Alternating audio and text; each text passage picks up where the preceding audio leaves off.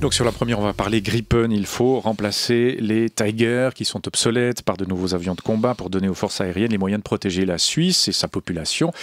Et le Gripen est le modèle adéquat pour assurer cet objectif. Ça, c'est le point de vue défendu par le Conseil fédéral. Inutile et trop coûteux, lui répondent les opposants à cette acquisition qui ont lancé un référendum contre cette loi. On va voter le 18 mai prochain.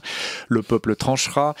Après André Blattmann, chef de l'armée, il y a quelques jours sur cette antenne, parole ce matin à ceux qui ne veulent pas du Gripen. Luc Recordon, vous en êtes. Bonjour. Bonjour. Vous êtes conseiller aux États vaudois, écologiste, membre de la commission de politique sécurité. On a envie de dire, vous qui faites campagne contre le Gripen, que toutes les prémices vous sont favorables. Une avance de 10 points dans les sondages. Un ministre de la Défense qui accumule les bourdes, va-t-on dire. Un dernier épisode avec l'ambassadeur de Suède en Suisse, vertement critiqué pour son lobbying un peu trop appuyé en faveur du Gripen. Est-ce que vous avez encore besoin, est-ce que c'est encore nécessaire de faire campagne contre l'achat de cet avion maintenant ? Bon, d'abord, il faut être très, très prudent face au retournement possible qui peut se manifester sur un sujet qui est délicat. Je rappelle que, sauf erreur, l'armée n'a jamais perdu un vote devant le peuple suisse, même sur des sujets qui étaient très controversés, où on pensait que c'était chose possible dans certaines occasions. Il y a 20 ans, lors de l'achat des F-18, la situation s'est retournée après que le référendum avait été très très rapidement bouclé, enfin la récolte des signatures.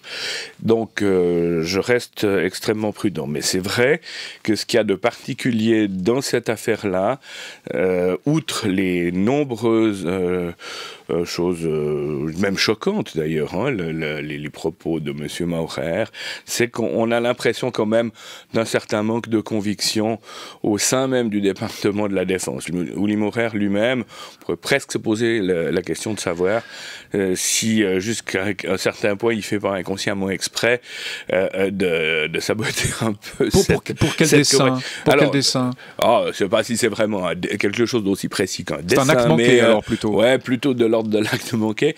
Je crois qu'il a une forte conviction que, erronée d'ailleurs à mon avis, et qu'on doit développer notre armée, nos forces terrestres.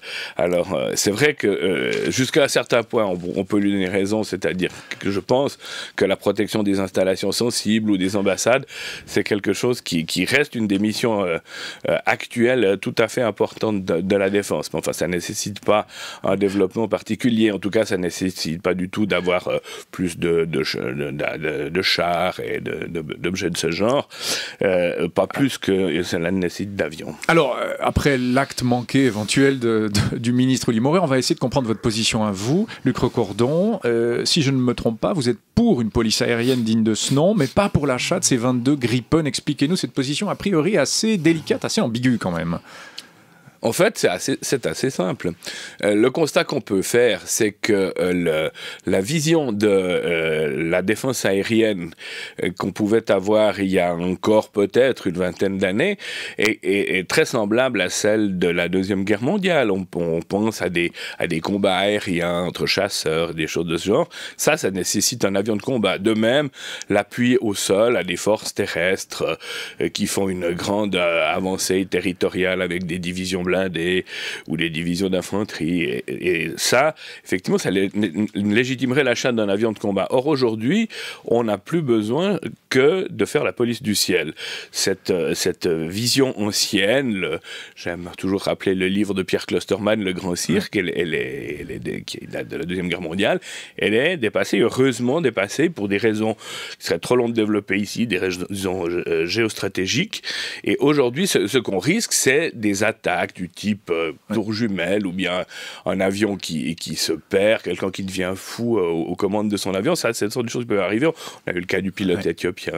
Mais les 32 FA-18 n'assurent plus tout ça. D'ailleurs, ils ne volent que pendant les heures de bureau. Mais bien sûr que si. Non. Alors là, permettez-moi de vous contredire. Ils ne volent que pendant les heures de bureau, ça on le sait. Il y avait une quinzaine de jours, un article extrêmement intéressant paru, sauf erreur, dans la Tribune de Genève dans 24 heures, d'un expert français qui expliquait très bien que avec nos actuels FA-18, on avait tout ce qu'il faut. Alors le jour où ils volent que pendant les heures de bureau. Mais ça, c'est un autre problème. Le nombre d'heures de vol ne dépend pas du nombre d'avions. Il y a assez d'avions. Ce qui manque, c'est du personnel. Voilà. C'est du personnel volant. Et ça nécessite pas d'acheter des avions. C'est quand même pas tout à fait la même chose d'avoir des chauffeurs et des voitures. Vous êtes d'accord de voter pour plus de personnel? Je crois qu'il faut une cinquantaine de pilotes supplémentaires. Non, je suis pas d'accord pour d'autres raisons, parce que je pense, alors revenons au fond de votre question. Oui. Pour la résoudre, il faut pas plus d'avions, mais par ailleurs, il n'y a pas lieu de la résoudre, parce que la situation actuelle est tout à fait suffisante en termes d'heures de vol. On a bien vu précisément dans le cas de l'avion éthiopien que c'est tout à fait suffisant d'avoir des accords avec les pays étrangers pour arriver à résoudre cette question. D'ailleurs, les avions qui sont dans cette situation, la moitié du temps, ne volent pas au-dessus de notre territoire, mais au-dessus de territoires étrangers. Donc, bien obligé de collaborer avec les pays, en tout cas voisins. Est-ce qu'un pays neutre, par essence comme la Suisse, peut vraiment compter sur les autres? Vous comptez sur les autres pays qui nous entourent pour résoudre la sécurité aérienne? Franchement, c'est un peu délicat, ça aussi. C'est une collaboration.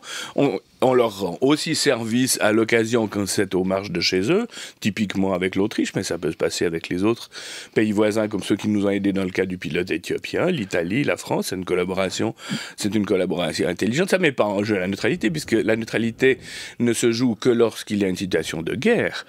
Luc Recordon, l'argument de l'obsolescence, il a aussi été brandi, et notamment par André Blattman. Si on continue d'utiliser nos FA-18 jusqu'au bout, dont l'obsolescence était programmée selon les estimations de 2030 et 2040, là, évidemment, ça va baisser, ça c'est un argument. 2025, ça va rester, il nous reste 10 ou 15 ans si on n'achète pas les Gripen pour rincer les derniers FA-18.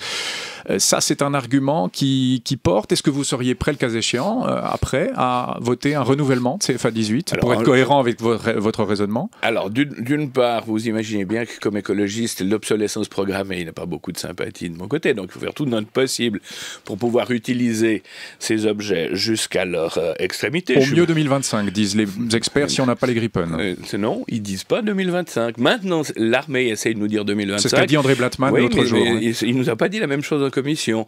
On a toujours dit 2030, puis aujourd'hui on nous dit 2025 parce qu'on est en campagne électorale et puis que c'est pratique de prendre le bas de la fourchette la plus extrême. Alors 2030, prenons 2030. Certains avions qui finiront un peu avant, il peut y avoir malheureusement un accident. Prenez 2030, donc, vous votez 2030. Pour le renouvellement du parc de FA-18? Ça commencera à devenir sérieusement une question à se poser en tout cas. Ouais. Et la réponse la réponse, on la donnera, je sais pas, en 2025 pour 2030, parce qu'à ce moment-là, il faudra voir quelle est la situation générale. On a aussi d'autres options. On a l'option, par exemple, d'acheter des avions beaucoup plus modestes encore que le SAM. On verra ce qu'il y aura sur le marché à ce moment-là. Des jets de combat? Non, justement pas. Justement pas. Il ne faut pas aller du côté des avions plus performants comme le Rafale et l'Eurofighter. Si vous devez courir derrière un Piper ou bien un avion de ligne qui s'est perdu, vous n'avez pas besoin d'un avion aussi performant que ça. Et il faudra se poser la question, notamment avec des voisins comme les Autrichiens, si pour 2025, pour prendre cet horizon de temps, en vue d'un remplacement en 2030, on ne doit pas essayer de trouver quelque chose ensemble qui coûte encore moins cher. Mais à un moment donné, effectivement, ces avions seront finis. Et si la police du ciel est toujours nécessaire, ce qui me paraît probable à vue humaine, il faudra évidemment les remplacer. Alors on les remplacera, mais pas forcément par des jets, c'est ça que vous nous dites. Ouais. Alors ça, moi je suis pas un expert militaire, j'ignore si c'est assez rapide. Est-ce qu'il n'y a pas quand même un but un peu inavoué ou conscient ou pas chez vous, qui est la suppression de l'armée in fine, Luc Recordon, derrière tout ça, franchement? Alors pour parler de moi, certainement pas, puisque ça fait des années que je me bats au contraire pour le développement d'autres branches de la défense. En particulier, je pense avoir été un des premiers, avec à l'époque Didier Bourcalter, quand il était encore parlementaire, pour tirer la sonnette et dire qu'il faut engager beaucoup plus de moyens dans la lutte contre la cybercriminalité. Ça devient massif, alors ça se développe gentiment. On a eu hier un rapport relativement intéressant du réseau national de sécurité dans ce domaine, mais je pense qu'il n'y a pas que ça. Il y a la protection contre les installations sensibles qui peuvent faire l'objet d'attaques non seulement cybernétiques, mais violentes, localisées par un groupe terroriste, tout ce genre de choses. Donc ça nécessite tout à fait une défense, mais alors il faut évidemment se dégager des moyens qu'on leur met encore actuellement, disons dans les chars, les avions de combat, c'est-à-dire pour des menaces qui ne sont plus réalistes. À la question de cet argent, ça va nous coûter 3 milliards 100 millions, c'est l'achat des Gripen. Si on vote oui, si on vote non, l'argent doit aller où? Ça a été un débat aussi. Il va retourner dans les caisses de l'État. Est-ce que cet argent appartient de facto à l'armée qui pourrait le garder pour en faire autre chose? Non, c'est un fonds qui est mis dans une loi. Si la loi tombe, le fonds tombe, et l'argent n'est pas à la disposition de l'armée. Maintenant, politiquement, il est certain que certains voudront une compensation, que le budget ordinaire de l'armée soit augmenté. Ce sera un débat pour soi-même. Ce que disait M. Blattman, on en a besoin de cet argent. On n'en a pas absolument besoin ailleurs dans l'armée, ils ont été d'accord de sacrifier une partie du budget ordinaire pour financer le fonds. Donc ça veut dire que le sacrifice était possible. Mais cela dit, moi je verrais d'un assez bon œil en effet qu'on augmente encore nos moyens de lutte contre les cyberrisques. Donc, via quand même une augmentation du budget de l'armée. Ouais, on remet quelques millions ou quelques centaines de millions pour ça. Je pourrais entrer dans cette logique. Soyons précis, en moyens cybernétiques, lutte cybernétique pour l'armée, on remet combien? Vous avez déjà une estimation? Non, je n'ai pas du tout analysé le chiffre. Attendons quand même le vote du 18 mai pour voir ça. On ne va pas faire comme Perret-El Poteau. Mais si c'est non le 18 mai, Luc Recordon et vos amis, les Verts, ou peut-être d'autres groupes, vous remettez l'ouvrage sur le métier, vous dites on va prendre ce dossier. Alors moi, je ne peux pas parler au nom de mon groupe parce qu'on n'en a pas discuté, mais à titre personnel, ce que je fais en commission de politique de sécurité, c'est en effet de lutter pour qu'on s'améliore dans la lutte contre la cybercriminalité, et surtout la cyberguerre en l'occurrence, parce qu'il s'agit vraiment parfois de guerre, et je suis tout à fait prêt à entrer en matière si on me dit qu'on va former plus d'informaticiens dans le domaine de la sécurité, à dire qu'on pourrait prendre une partie de ce montant pour ça. Ouais. Bon, la guerre, elle n'est pas très cyber ces temps, elle est plutôt du côté de l'Ukraine, ça aussi c'est un argument qui est brandi dans le tout ménage pour le Gripen. Elle nous rappelle que la paix en Europe ou à ses portes est assez fragile. Ça ne vous inquiète pas, ça? Comment vous pouvez nous garantir que la Suisse ne sera jamais menacée? On s'imaginait bien que les circonstances conjoncturelles, les partisans feraient flèche et non pas fait, comme vous le disiez tout à l'heure, de tout bois.